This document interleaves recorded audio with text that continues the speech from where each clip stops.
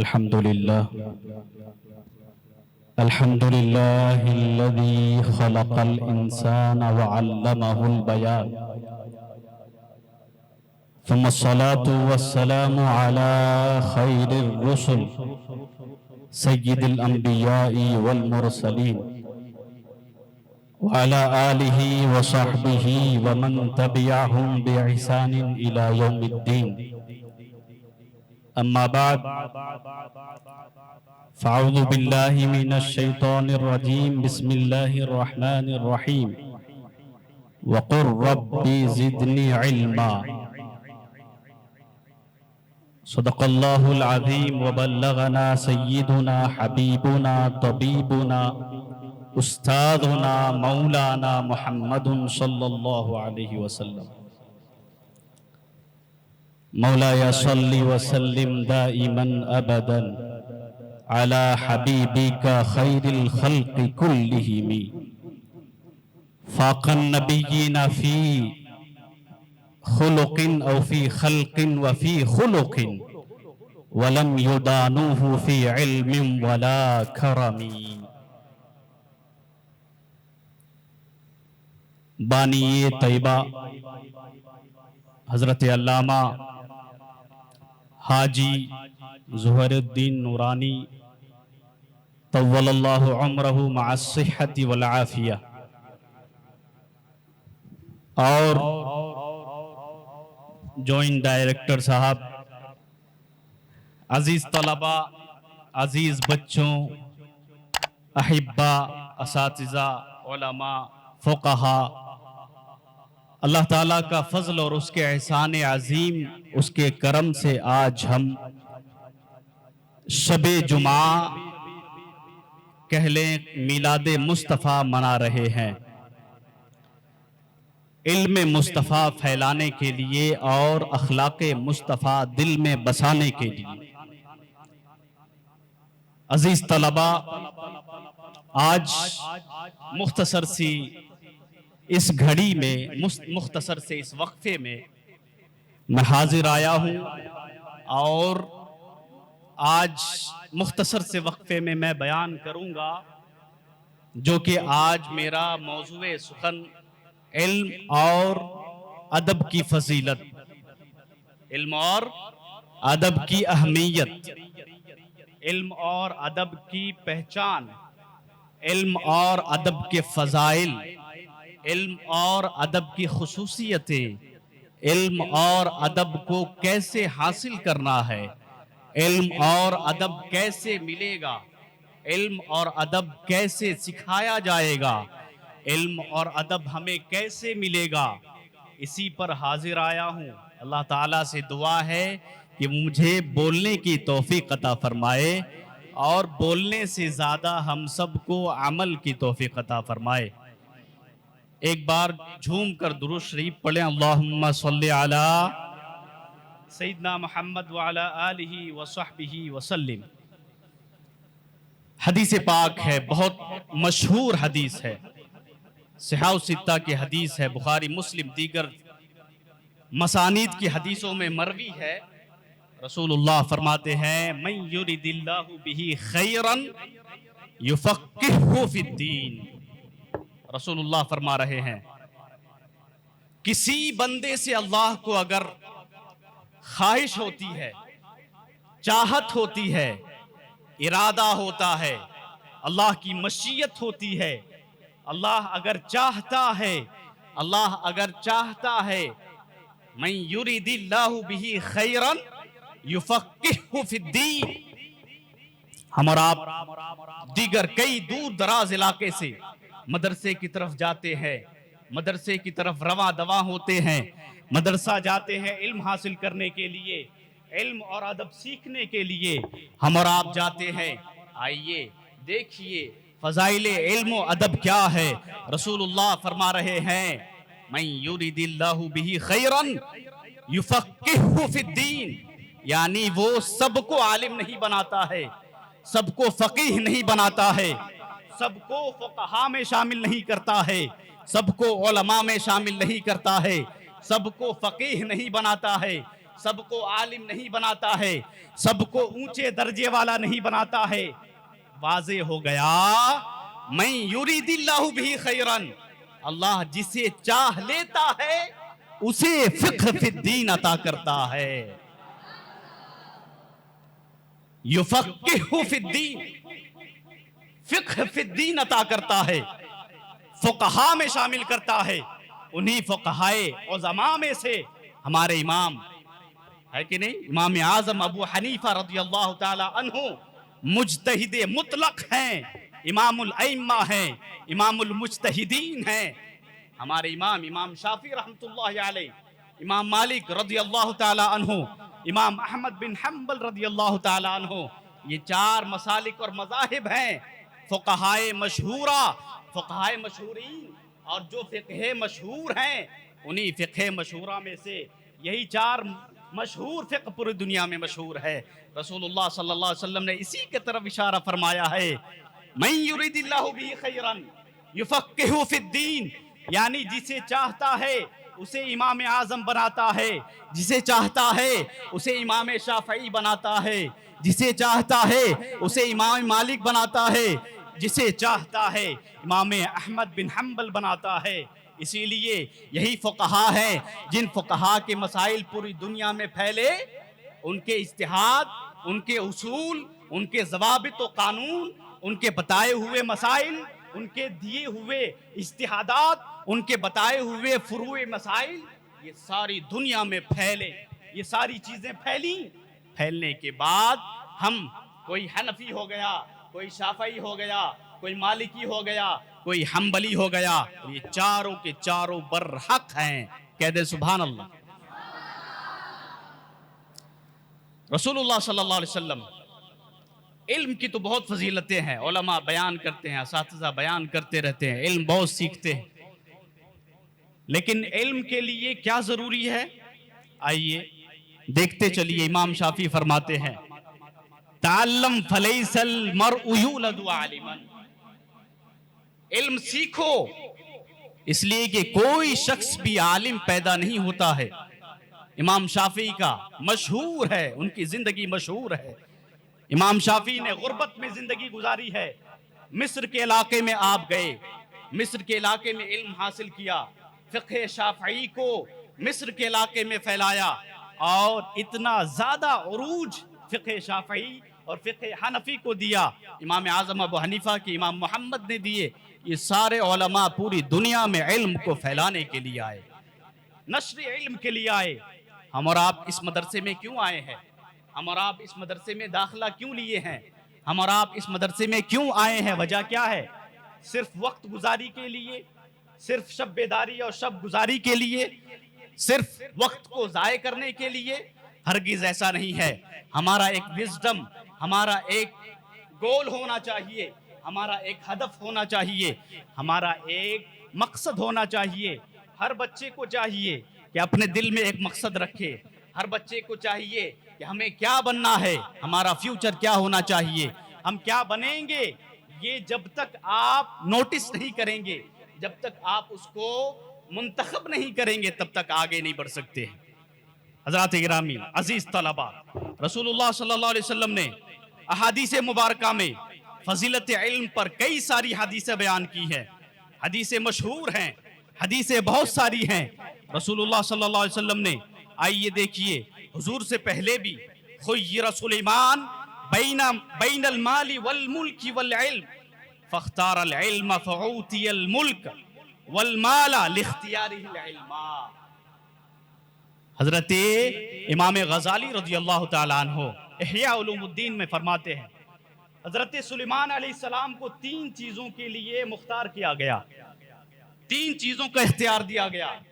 حضرت سلیمان سے کہا گیا کہ اگر آپ کو مال چاہیے تو مال دیں گے، اگر آپ کو مال چاہیے تو مال دیں گے، ملک چاہیے ملک دیں گے، اور آپ کو اگر علم چاہیے تو علم دیں گے۔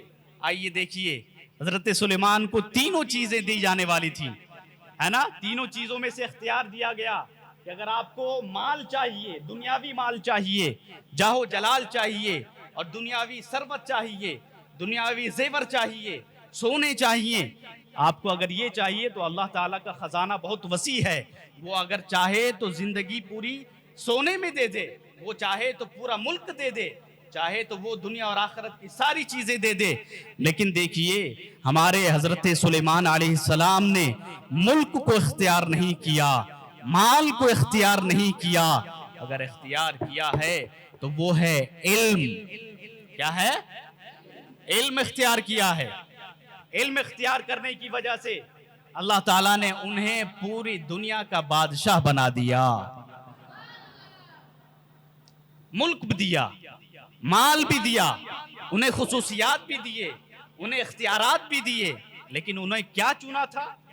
انہوں نے اختیار کیا کیا تھا؟ علم اختیار کیا تھا. اسی لیے ہمارا آپ کو علم حاصل کرنے کے لیے علم کو اختیار کرنا ہوگا. آخر علم کیسے ملے گا؟ علم حاصل کیسے ہوگا؟ علم صرف کتابوں سے نہیں ہے اور زیادہ پڑھنے سے نہیں ہے. علم ادب سے حاصل ہوتا ہے. علم ادب سے حاصل ہوتا ہے, اساتذہ کے ادب سے حاصل ہوتا ہے, علماء کے ادب سے حاصل ہوتا ہے, فقہاء کے ادب سے حاصل ہوتا ہے, بڑوں کے ادب سے حاصل ہوتا ہے. اگر آپ کے پاس ادب نہیں ہوگا تو آپ کے پاس کوئی علم نہیں ہوگا. آئیے دیکھیے حدیث مبارکہ ہے حضرت ابن عباس رضی اللہ تعالیٰ عنہ, بخاری شریف کی حدیث ہے, مشہور حدیث پاک. حضرت ابن عباس رضی اللہ تعالیٰ عنہ فرماتے ہیں ان النبی صلی اللہ علیہ وسلم دخل الخلاء, حضور علیہ السلام بیت الخلاء میں داخل ہوتے ہیں. جب داخل ہونے کے بعد باہر تشریف لاتے ہیں, مشہور حدیث ہے, علماء سب جانتے ہیں.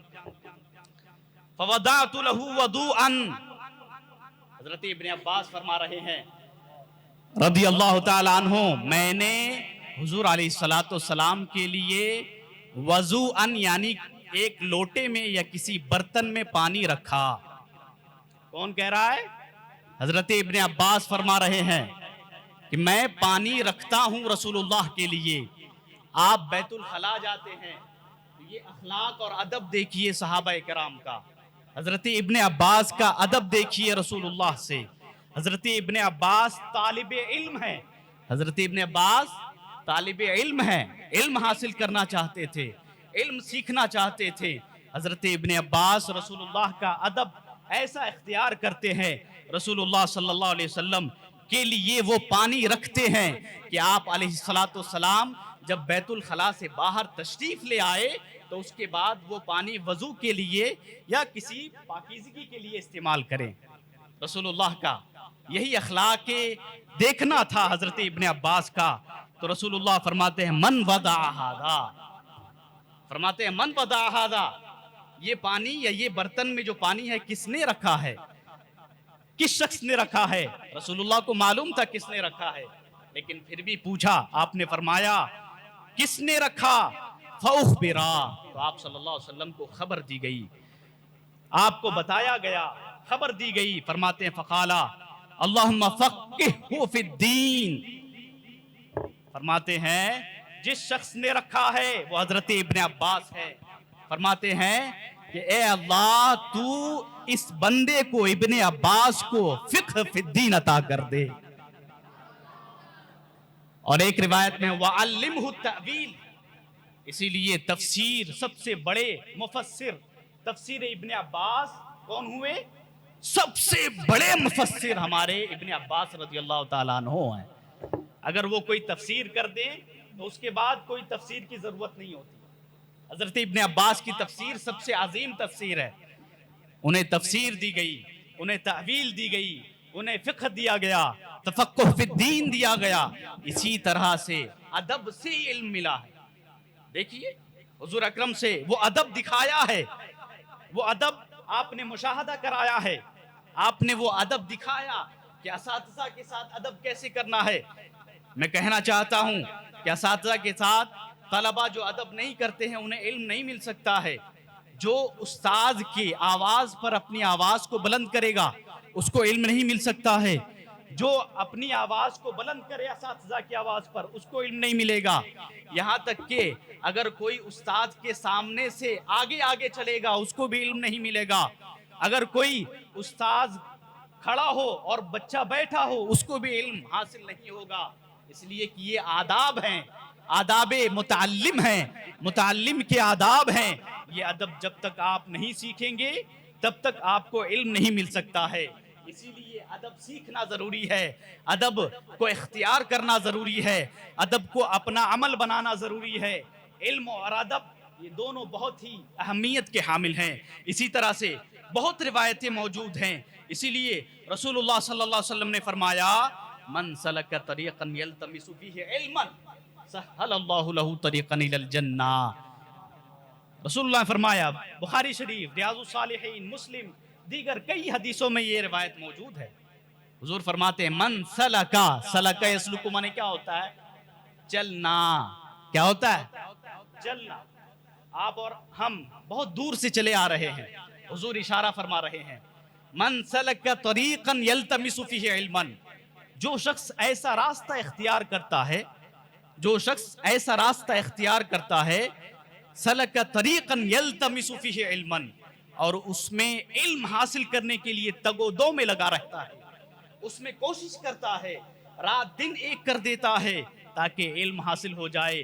حضور اشارہ فرما رہے ہیں من سلک طریقا، جو شخص فلاں جگہ سے دور دور سے آتے ہیں، دور دراز سے کسی ایک مدرسے میں جمع ہو جاتے ہیں اور علم حاصل کرتے ہیں، علم کا مرکز وہ مدرسہ بن جاتا ہے، علم کا وہ منبع بن جاتا ہے، علم کا وہ چشمہ بن جاتا ہے جہاں سے ہمیں علم حاصل ہوتا ہے۔ اور دیکھیے مرکز جامعہ، مرکز ثقافت سنیہ، جہاں سے وہ علم نکلا اور اس علم کا ایک چشمہ طیبہ گارڈن میں آ گیا۔ کہتے ہیں سبحان اللہ، ہے کہ نہیں؟ تو رسول اللہ فرماتے ہیں من سلک طریقا یلتمس فیہ علما سہل اللہ لہ طریقا الی الجنہ، یعنی جو راستہ علم کا اختیار کر لیتا ہے، اللہ کے رسول فرماتے ہیں اللہ تعالیٰ اس کے لیے جنت کا سارا راستہ، جنت کے سارے راستے کیا کر دیتا ہے؟ آسان کر دیتا ہے، اور اس کے لیے جنت کے دروازے کھول دیے جاتے ہیں، جنت میں اس کے لیے انٹری ہونا آسان ہو جاتی ہے۔ اسی لیے رسول اللہ صلی اللہ علیہ وسلم نے ہم سب کو علم بھی سیکھنے کو کہا ہے، ادب بھی سیکھنے کو کہا ہے، اور ساتھ ہی ساتھ بہتر یہ ہے کہ ہم ہمیشہ کتابوں میں رہیں، ہمیشہ کتابوں کا ادب کریں، ہمیشہ علماء کے درمیان، اساتذہ کے درمیان، اساتذہ یہاں آتے ہیں تاکہ ان سے علم حاصل کریں، زیادہ سے زیادہ وقت علم حاصل کرنے میں لگائیں۔ اسی لیے ہم اور آپ یہاں آئے ہوئے ہیں، نہ کہ وقت گزارنے کے لیے، ٹھیک ہے نا؟ سب کا مقصد واضح ہونا چاہیے۔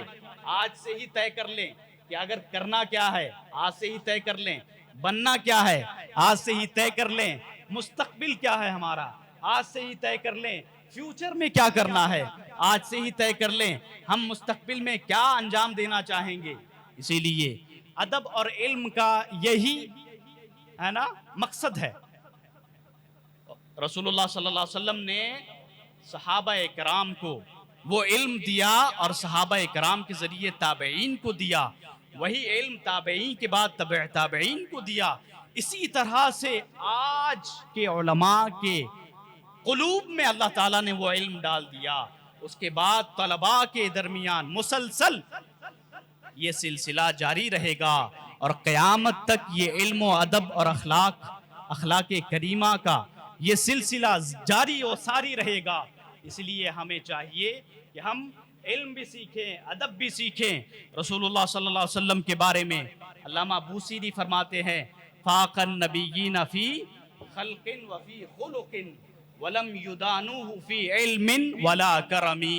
رسول اللہ کے عظیم اخلاق میں سے ہے فاق النبیین فی خلق وفی خلق، یعنی آپ علیہ السلام تمام نبیوں میں اعلیٰ ہوئے، سب سے اعلیٰ و اولا ہمارا نبی، سب سے بالا و والا ہمارا نبی۔ حضرت امام بوسیری فرما رہے ہیں فاق النبیین فی خلق وفی خلق، یہ ترجمانی ہے کس کی؟ آیت کریمہ وَإِنَّكَ لَعَلَىٰ خُلُقٍ عَظِيمٍ، بے شک آپ خلق عظیم پر فائز ہیں۔ یہی ہے اشارہ، علامہ بوسیری فرما رہے ہیں فاق النبیین، سب نبیوں میں اعلیٰ علم میں بھی ہوئے، اخلاق میں بھی ہوئے، خلق میں بھی ہوئے، وَلَمْ يُدَانُوهُ فِي عِلْمٍ وَلَا كَرَمٍ، جتنے نبی آئے چاہے وہ حضرت آدم سے لے کر حضرت عیسیٰ تلک، حضرت اسماعیل ہوں چاہے حضرت موسیٰ ہوں، سب کو علم ملا ہے، اخلاق ملا ہے، لیکن رسول کے علم اور اخلاق کے قریب نہیں جا سکتے۔ اشارہ ہے اسی کی طرف، وَلَمْ يُدَانُوهُ فِي عِلْمٍ وَلَا كَرَمٍ، نبی کے علم کے برابر کوئی نہیں ہے، نبی کے کرم کے برابر کوئی نہیں ہے۔ نبی کو جو علم ملا ہے وہ سب سے اعلیٰ علم ہے، نبی کو جو کرم ملا ہے وہ سب سے افضل و اعلیٰ کرم ہے۔ اسی لیے ہم اور آپ آقا نامدار کے ماننے والے غلامان ہیں، حضور کے غلامان ہیں، اور حضور کے عاشق و شاقان مصطفیٰ ہیں۔ اسی لیے ہم سب کو چاہیے کہ حضور کے بتائے ہوئے طریقے پر عمل کرنا اور آداب و اخلاق کو ہمیشہ ذہن میں رکھنا، اساتذہ کے ادب کو ہمیشہ ذہن میں رکھنا، علماء کے ادب کو ہمیشہ ذہن میں رکھنا۔ آداب المتعلم میں سے علماء فرماتے ہیں، مشہور کتاب ہے آداب المتعلم، انہی آداب متعلم میں سے سب سے عظیم ادب یہ ہے کہ کتاب کا بھی ادب کرنا ہے۔ اساتذہ کا ادب ساتھ میں، اس کے ساتھ ساتھ کتابوں کا بھی ادب کرنا ہے۔ کتابیں نیچے نہیں رکھنا ہے، کتابیں ہمیشہ ہاتھ کے اوپر سینے میں رکھنا ہے، یہ ادب ہے کتاب کا۔ اسی لیے علماء نے آداب متعلم لکھا ہے، اس فن میں بھی کتاب لکھے، اس آداب میں بھی کتاب لکھے۔ علامہ غزالی نے بھی اس میں کتاب لکھا، اس میں ابواب باندھے۔ ہمیں چاہیے کہ ہم اور آپ آداب کو ملحوظ رکھیں اور اسی آداب کے تحت اپنی زندگی گزاریں، علم اپنے اخلاص کے ساتھ، اخلاص اور تمام نیک نیتی کے ساتھ ہم اپنائیں۔